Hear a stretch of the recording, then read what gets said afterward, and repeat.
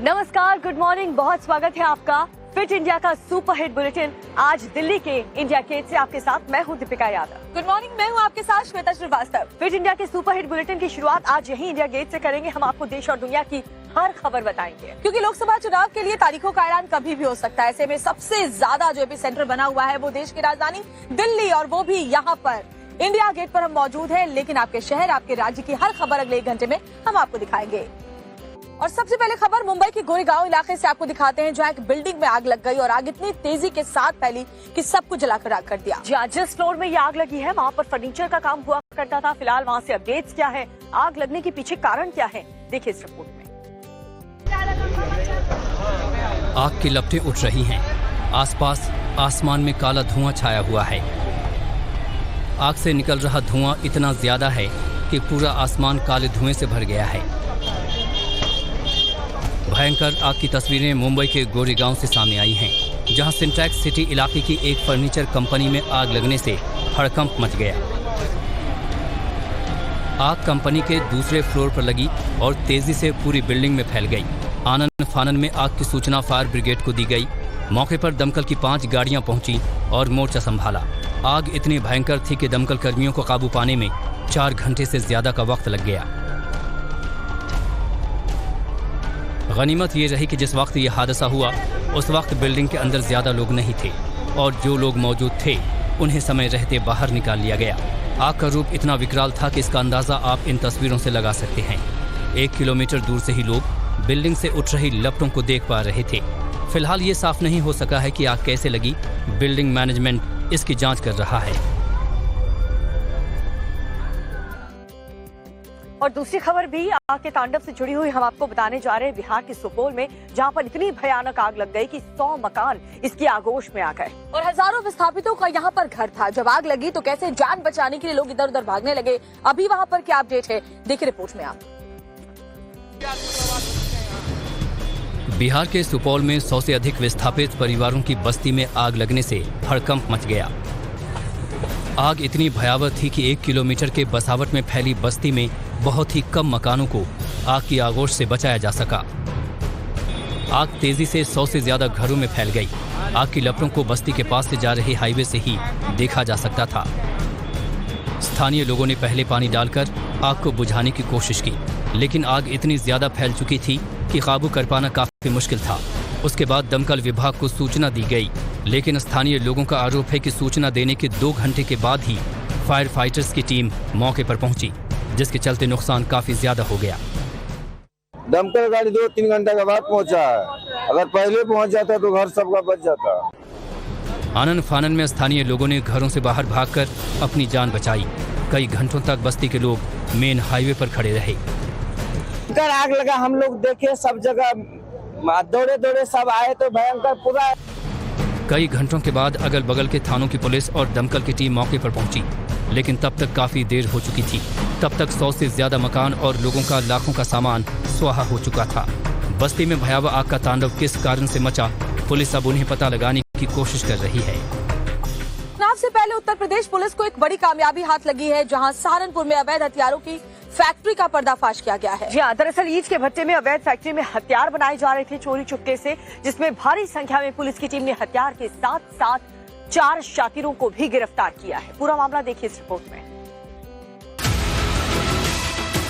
1, 2, 3, 4, 5, 6, 7, 8, 9, 10 और बस कट्टों की संख्या गिनते जाइए। भारी तादाद में बरामद किए गए अवैध हथियारों की तस्वीरें यूपी के सहारनपुर से सामने आई हैं। लोकसभा चुनाव की सुरक्षा व्यवस्था में जुटी सहारनपुर पुलिस ने कोतवाली नकुड़ के गांव आसरा खेड़ी से अवैध हथियारों की फैक्ट्री पकड़ी है। पुलिस ने 4 आरोपियों को गिरफ्तार किया है और उनके पास से बंदूकें, तमंचे, कारतूस और हथियार बनाने के उपकरण बरामद किए। आरोपियों के और 5 साथी फरार हैं, जिनकी गिरफ्तारी के लिए पुलिस दबिश दे रही है। इस संबंध में 4 लोगों को गिरफ्तार किया है, 1 भागने में सफल रहा है तथा 3 अन्य अभियुक्तगण जो कि पूछताछ में जिनका नाम शामिल आया है, जो कि सप्लाई करते थे, उनके विरुद्ध मुकदमा पंजीकृत किया है। इस छापेमारी में पुलिस ने 3 विदेशी बंदूक, 2 देशी बंदूक, 5 तमंचे, 12 बोर निर्मित, 6 अर्धनिर्मित तमंचे, 1 lathe machine, 1 drill machine, 1 electric grinder, 1 electronic welding machine, 2 grinding cutter और कई मशीनें भी जब्त की हैं। जिस भट्ठे से अवैध हथियार मिले हैं उसे इसी गांव का रहने वाला मुर्तजा नाम का शख्स चलाता है। पकड़े गए आरोपियों से मुर्तजा ने तमंचे और कारतूस खरीदे थे। पुलिस ने मौके पर दबिश देकर मुर्तजा को गिरफ्तार कर लिया, जबकि उसका साथी आशु अभी फरार है। पुलिस ने आरोपियों पर आर्म्स एक्ट के साथ साथ गैंगस्टर केस भी दर्ज कर कार्रवाई शुरू कर दी है।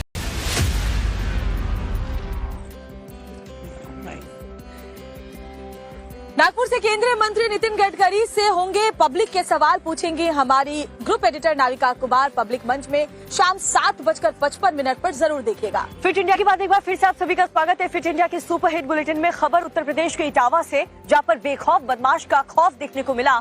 एक मेडिकल स्टूडेंट थी, उसकी हत्या करके शव को हाईवे पर फेंक दिया गया। और मामले की खबर जैसे ही फैली, मेडिकल कॉलेज में हंगामा शुरू हो गया। छात्रों ने जिला प्रशासन के खिलाफ मोर्चा खोल दिया। फिलहाल वहां से अपडेट्स क्या है, देखिए रिपोर्ट में आप पूरी खबर।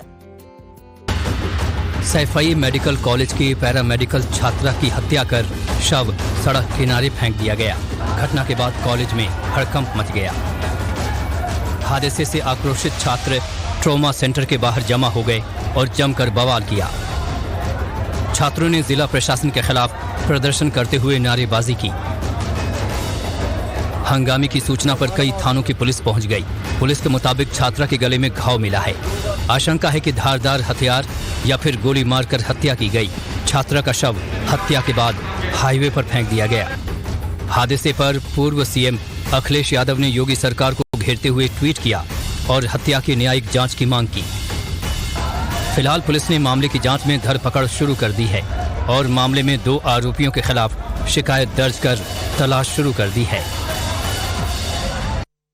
चुनाव से पहले प्रधानमंत्री नरेंद्र मोदी ने देशवासियों को बड़ा तोहफा दिया है, जहां पेट्रोल और डीजल के दामों में 2 रुपए प्रति लीटर की कटौती कर दी गई है। और ये 2 रुपए जो कम हुए पेट्रोल डीजल की कीमतों में, वो आज सुबह से ही लागू हो जाएगा। मोदी सरकार के इस फैसले से जो आम पब्लिक है वो भी काफी ज्यादा खुश है।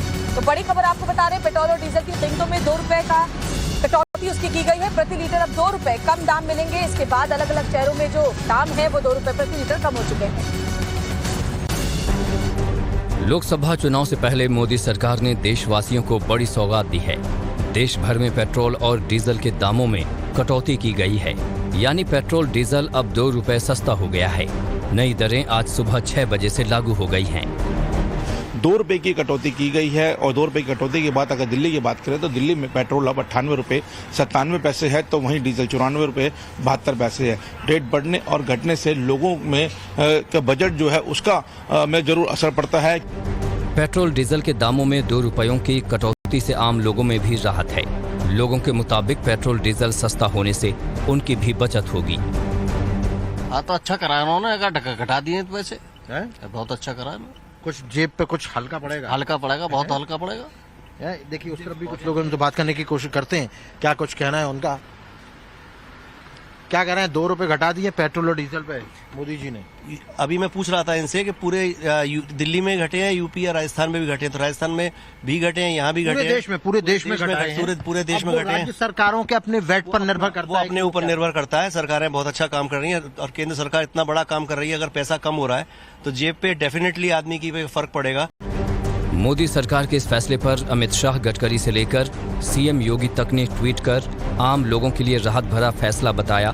तो वहीं केंद्रीय पेट्रोलियम मंत्री हरदीप सिंह पुरी ने ट्वीट किया कि पीएम मोदी ने एक बार फिर साबित कर दिया कि करोड़ों भारतीयों के अपने परिवार का हित और सुविधा सदैव उनका लक्ष्य है। वहीं कांग्रेस ने इसे चुनाव से जोड़ते हुए मोदी सरकार पर निशाना साधा। कांग्रेस के सीनियर लीडर पी चिदम्बरम ने ट्वीट कर सवाल उठाए कि क्या मोदी सरकार ये दावा करेगी कि चुनाव बाद अगर बीजेपी दोबारा सत्ता में आई तो वो कीमतें नहीं बढ़ाएगी। और राजस्थान सरकार की तरफ से पेट्रोल और डीजल में 2% वैट घटाने का ऐलान भी कर दिया गया है। और राजस्थान सरकार का ये फैसला तब आया जब केंद्र सरकार ने पेट्रोल और डीजल के दामों में कटौती का ऐलान किया। उसके बाद अब राजस्थान में जो नए रेट्स है पेट्रोल और डीजल के, वो क्या है, देखिए रिपोर्ट में। लोकसभा चुनाव से पहले पेट्रोलियम कंपनियों ने लोगों को राहत दी और पेट्रोल डीजल के दामों में 2 रुपए प्रति लीटर की कटौती कर दी। नई कीमतें आज सुबह 6 बजे से लागू हो गई। केंद्र के इस फैसले के बाद राजस्थान सरकार ने भी पेट्रोल डीजल की कीमत पर लग रहे वैट को कम करने का बड़ा ऐलान किया। सीएम भजनलाल शर्मा के इस ऐलान के बाद से राजस्थान के लोगों को डबल फायदा होगा और राज्य के हर जिले में पेट्रोल डीजल कम से कम 3.5 रुपए सस्ते होंगे। राजस्थान में अब 31.04% की जगह 29.04% वैट लगेगा। अलग अलग शहरों में पेट्रोल 1 रुपए 40 पैसे प्रति लीटर से लेकर 5.5 रुपए प्रति लीटर तक सस्ता हो जाएगा। डीजल के दाम में 1 रुपए 34 पैसे प्रति लीटर से लेकर 4 रुपए 85 पैसे प्रति लीटर तक की कमी आएगी। सीएम शर्मा की ओर से कहा गया कि पिछली सरकारों की अनदेखी के कारण राज्य के अलग अलग शहरों में भिन्न दाम थे। अब इस कमी को दूर कर लिया गया है और वैट की दर में 2% हमने कमी की है।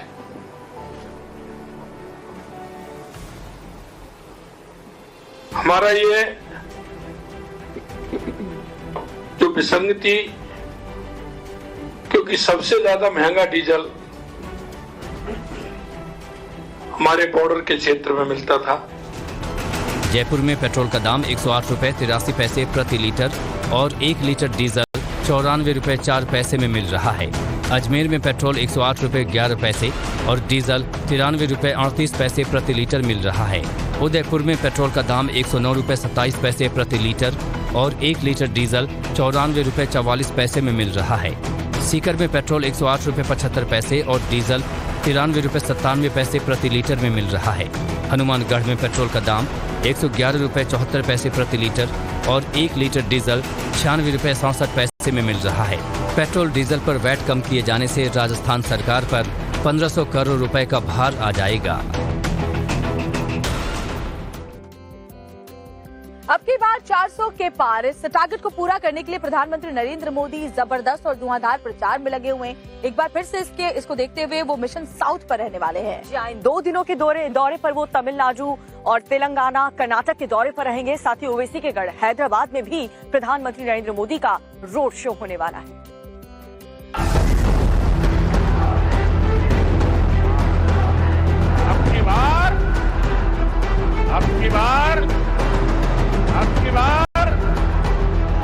पीएम मोदी पूरी तरह से चुनावी मोड में हैं। एक बार फिर पीएम मोदी आज से 2 दिनों के लिए 3 राज्यों के दौरे पर रहेंगे। इन 2 दिनों में जिन राज्यों में पीएम मोदी का दौरा है वो है तमिलनाडु, तेलंगाना और कर्नाटक। पीएम मोदी का तीनों राज्यों में धुआंधार दौरा रहेगा, जिनमें जनसभा से लेकर रोड शो तक पीएम मोदी करने वाले हैं।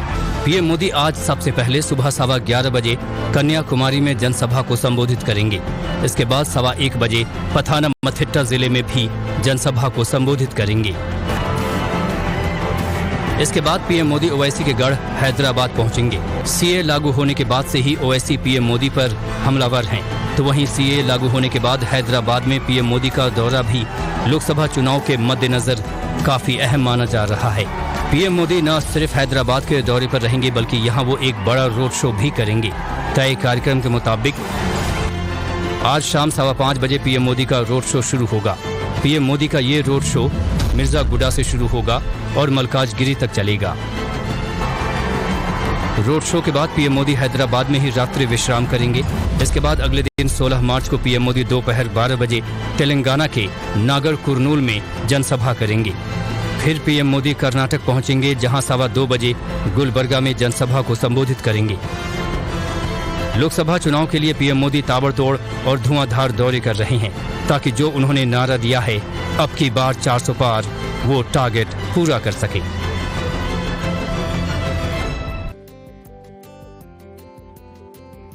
और खबर पश्चिम बंगाल की मुख्यमंत्री ममता बनर्जी आपको बताएं तो घर में गिरने से उन्हें गंभीर चोट आ गई। आनन फानन में उन्हें अस्पताल में भर्ती करवाया गया और सिर की चोट में उन्हें 3 टाके भी आए। तो पहले डॉक्टरों ने इलाज किया, उसके बाद अब उन्हें निगरानी के लिए घर पर ही रखा गया है, जहां डॉक्टर्स की टीम भी लगातार उनकी जांच कर रही है। और इस चोट लगने के बाद प्रधानमंत्री नरेंद्र मोदी और राहुल गांधी ने उनके जल्द स्वस्थ होने की कामना की है।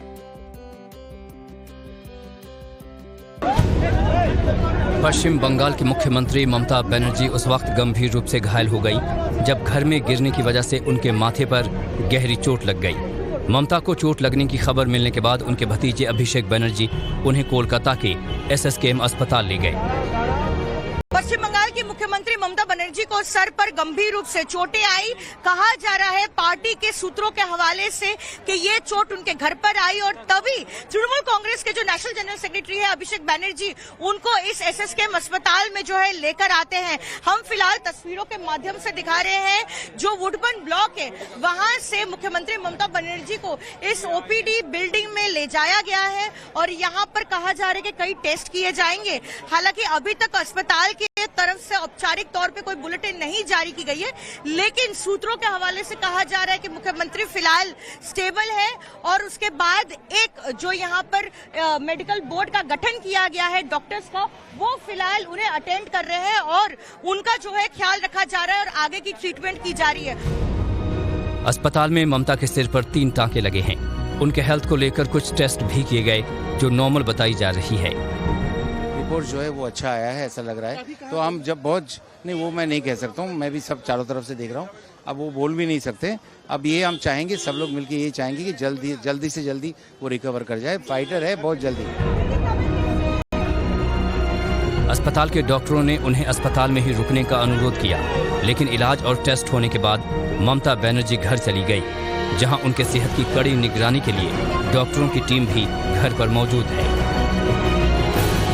ममता बनर्जी को लगी चोट के बाद पीएम मोदी ने भी ट्वीट कर प्रार्थना की है कि उनके सेहत में जल्द सुधार हो। वहीं राहुल गांधी ने भी ट्वीट कर ममता बनर्जी के जल्द स्वस्थ होने की कामना की है। बात अगली और महत्वपूर्ण खबर की। प्रधानमंत्री मोदी की अध्यक्षता वाली 3 सदस्यीय टीम ने नए चुनाव आयुक्तों की नियुक्ति कर दी है। आयोग अब जल्द ही जो बैठक होगी उसके बाद आपको बताएं कि जो चुनाव की तारीख है उसका भी ऐलान किया जाएगा। वहीं चुनाव आयोग की नियुक्ति को लेकर के विपक्ष ने राजनीति भी अब शुरू कर दी है। विपक्ष का ये कहना है उसके मुताबिक कि जो सिलेक्शन कमेटी है उसमें 2 लोग सत्ता पक्ष के लोग हैं। ऐसे में चुनाव की निष्पक्षता को लेकर के विपक्ष अभी से परेशान है। चुनाव आयोग में 2 चुनाव आयुक्तों की नियुक्ति हो गई है। इसके लिए प्रधानमंत्री की अध्यक्षता में हुई 3 सदस्यीय कमेटी की बैठक में 2 नए चुनाव आयुक्तों की नियुक्ति पर मुहर लगाई गई। 3 सदस्यीय कमेटी में पीएम, गृह मंत्री और नेता विपक्ष शामिल थे।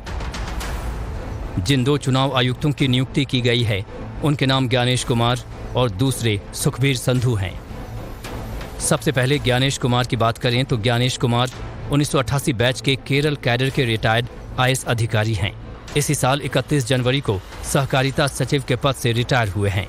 सहकारिता मंत्रालय के गठन से लेकर उनकी कार्यप्रणाली तक में ज्ञानेश कुमार की अहम भूमिका थी। उससे पहले ज्ञानेश कुमार संसदीय कार्य सचिव के पद पर थे। आर्टिकल 370 हटाने के दौरान गृह मंत्रालय में एडिशनल सेक्रेटरी भी थे। सहारा रिफंड पोर्टल के समय से लॉन्च होने में भी ज्ञानेश कुमार की अहम भूमिका थी। वहीं दूसरे चुनाव आयुक्त सुखबीर संधू की बात करें तो सुखबीर संधू 1998 बैच के रिटायर्ड आईएएस अधिकारी हैं। 2021 में उत्तराखंड के मुख्य सचिव के पद पर थे। एनएचएआई के चेयरमैन और एचआरडी मंत्रालय में भी काम किया है। लुधियाना नगर निगम का आयुक्त रहने के दौरान राष्ट्रपति पदक भी मिला था। सुखबीर संधू ने अर्बन रिफॉर्म्स पर रिसर्च पेपर भी लिखे हैं। 2 नए चुनाव आयुक्तों को लेकर अब राजनीति भी होने लगी है। टीम सिलेक्शन कमेटी में शामिल नेता विपक्ष अधीर रंजन चौधरी की माने तो नियुक्ति के लिए बनी कमेटी में बहुमत सरकार के पक्ष में है, तो ऐसे में फैसला सरकार का ही चला। इस कमेटी में बहुमत सरकार के पक्ष में है, तो इसलिए मैं कहीं या ना कहें सरकार जो चाहेगी वही होगी। सरकार की मंशा मुताबिक ये इलेक्शन कमिश्नर उसका चयन होगी। 2 नए चुनाव आयुक्तों की नियुक्ति के बाद अब चुनाव आयोग की टीम पूरी हो चुकी है, जिसमें मुख्य चुनाव आयुक्त के साथ 2 चुनाव आयुक्त हो गए हैं। अब चुनाव आयोग की इस टीम की बैठक के बाद जल्द ही चुनाव की तारीखों का ऐलान संभव है।